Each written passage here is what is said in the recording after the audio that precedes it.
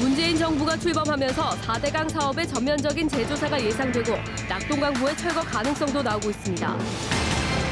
낙동강 등 4대강 사업의 보철거에 대해 완전 철거를 주장하는 강경론과 일부 철거를 주장하는 신중론 등이 활발하게 논의되고 있습니다. 새벽길 곤란에 빠진 80대 폐지 줍는 할머니를 도운 여대생들의 선행이 알려져 잔잔한 감동을 주고 있습니다.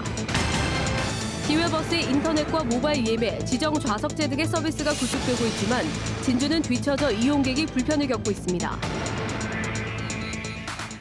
여러분 안녕하십니까? 경남 소식 전해드립니다. 문재인 정부가 출범하면서 낙동강 등 4대강 사업에 대한 전면적인 재조사가 예상됩니다. 조사 결과에 따라서는 낙동강 8개 보의 철거 가능성도 제기되고 있습니다. 김현수 기자의 보도입니다. 낙동강에 보가 설치되기 전만 해도 녹조는 대체로 한여름 하류 지역에서만 발생했습니다.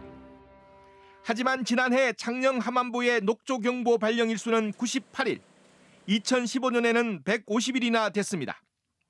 녹조의 밀도도 심각해 녹조 라떼, 잔디구장이라는 용어까지 생겼습니다. 이 같은 문제를 해결하기 위해 문재인 대통령은 대선 기간에 4대강 보 상시 개방을 약속했습니다.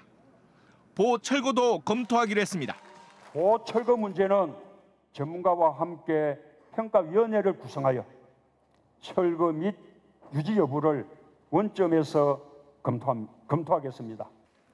문재인 정부는 나아가 4대강 사업의 문제점을 가려내기 위한 민관 공동특별조사위원회를 출범시키겠다는 구상도 내놨습니다. 특히 문 대통령은 4대강 사업에 관한 전면 재조사를 통해 책임을 물을 것이라는 입장도 표명하기도 했습니다.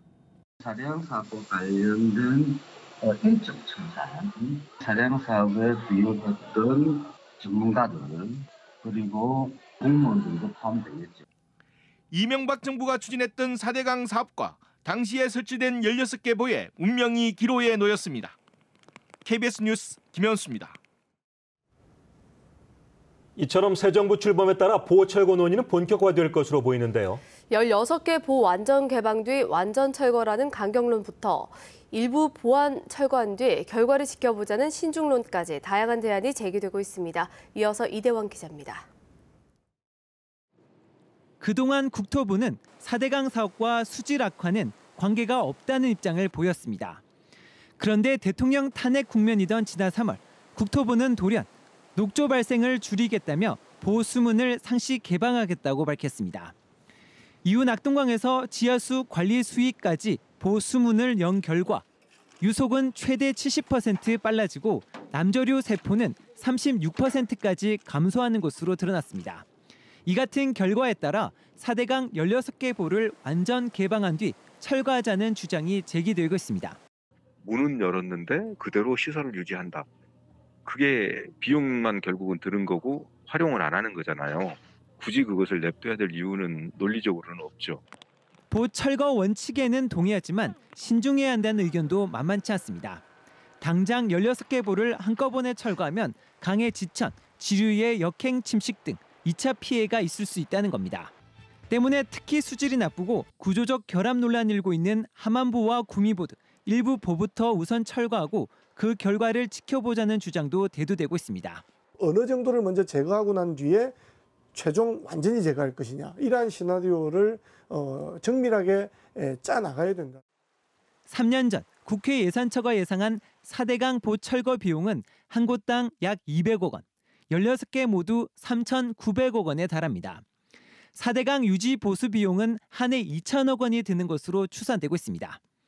KBS 뉴스 이전입니다. 아르바이트를 마치고 집에 가던 여대생들이 폐지를 줍다 수레가 쓰러진 할머니를 도와 감동을 주고 있습니다.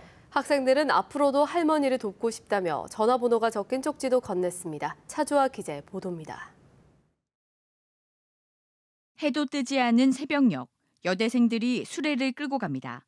수레 가득 실린 짐은 폐지와 재활용품. 폐지를 줍던 80대 할머니의 손수레가 넘어지자 지나던 학생 3명이 도운 겁니다. 순찰하던 경찰도 이들을 도와 600m 거리 재활용센터까지 함께 갔습니다.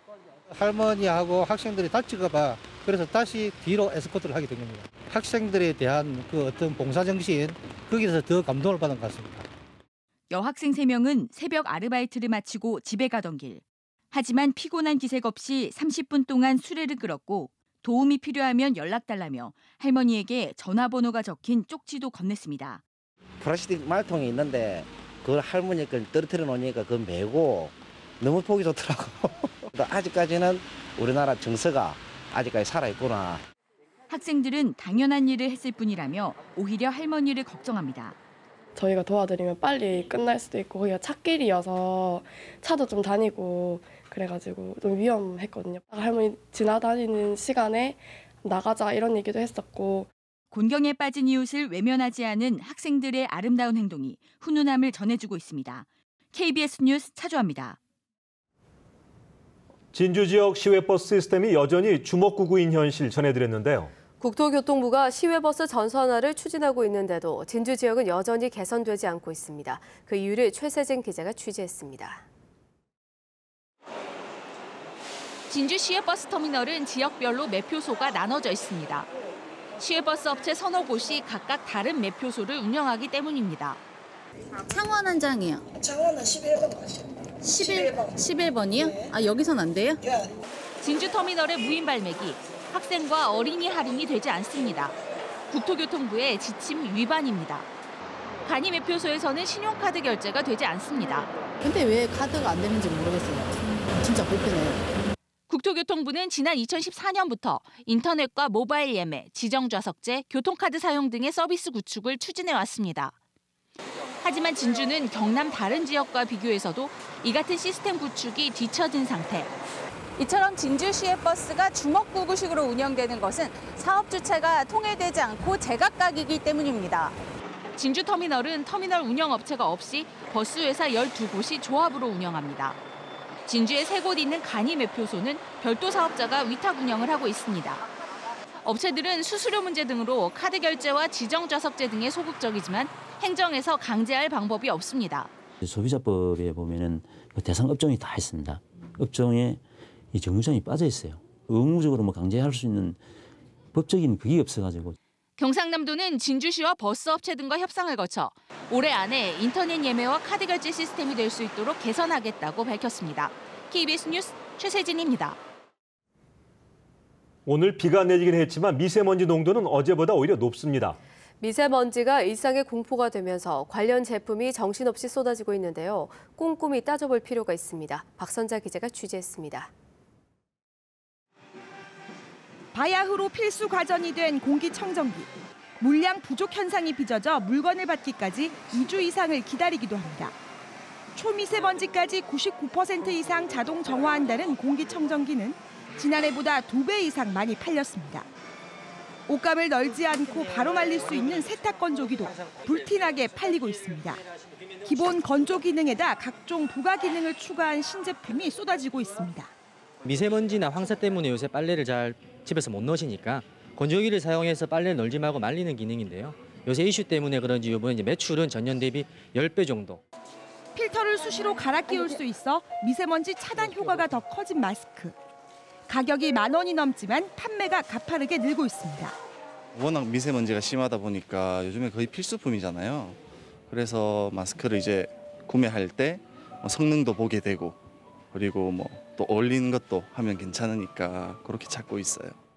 미세먼지 제거에 효과가 있는 것으로 알려진 선인장 등 다육식물 역시 올해 판매량이 지난해의 2배에 육박합니다. 하지만 광고나 소문에는 다소간의 과장이 숨어 있을 수도 있는 사실을 염두에 둘 필요가 있습니다. 실제 효과가 있는지 없는지는 좀 더 검토를 30개 정도 하고 있는데 입증 자료가 없다고 한 업체 한 2개 정도는 저희가 하지 말라고 이제 중지 명령을 내렸고요. 일상의 공포가 된 미세먼지. 미세먼지 관련 상품의 홍수 속에 현명한 소비는 과연 무엇인지 소비자들의 고민도 깊어지고 있습니다. KBS 뉴스 박선자입니다.